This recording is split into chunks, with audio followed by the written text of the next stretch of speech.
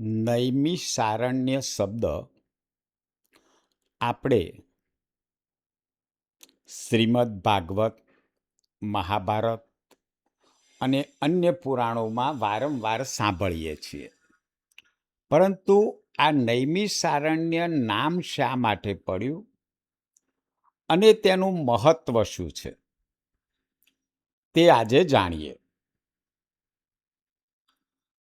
એક વખત દેવોએ અને ઋષિમુનિઓએ બ્રહ્માજીને પ્રાર્થના કરી કે હે પિતામહ, કળિયુગના પ્રભાવથી બચવા અમારે ક્યાં રહેવું જોઈએ? ત્યારે બ્રહ્માજીએ તેમને એક દિવ્ય ચક્ર આપ્યું અને કહ્યું, આ ચક્રને તમે ફેંકો અને તેની ગતિ જ્યાં અટકી જાય ત્યાં તમે નિવાસ કરો અને એ સ્થળ પર કળિયુગના પ્રભાવની કોઈ અસર નહીં રહે.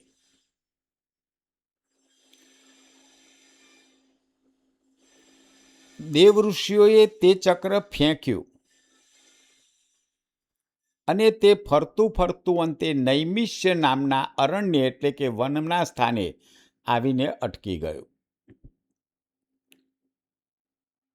આથી આ સ્થળનું નામ નૈમિષારણ્ય પડ્યું.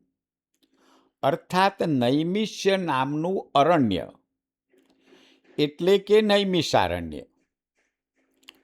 હવે એને તપોભૂમિ શા માટે કહેવામાં આવે છે?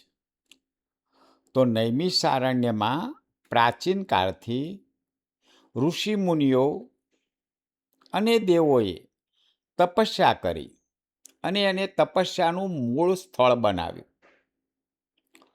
અહીં સૌનક ઋષિ સહિત હજારો ઋષિઓએ યજ્ઞ, જપ, તપ અને ધ્યાન કરી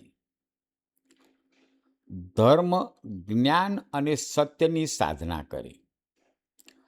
અહીં શ્રી રામ, પાંડવો અને ઘણા મહર્ષિઓ આવ્યા અને તેમને તપ અને ધર્મની ચર્ચા કરી.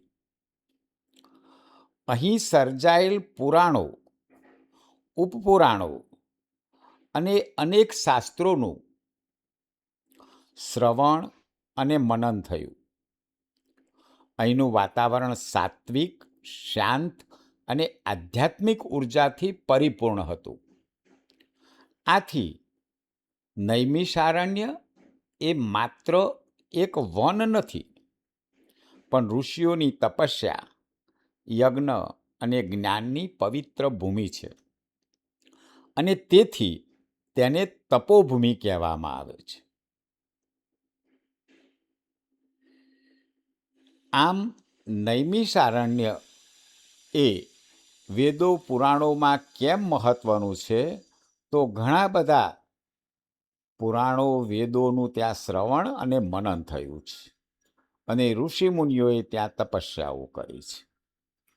આ જ પ્રકારના વિડીયો જોવા માટે આપ યુટ્યુબ પર spiritual motivational by Haresh Joshi subscribe કરો. જય શ્રી કૃષ્ણ.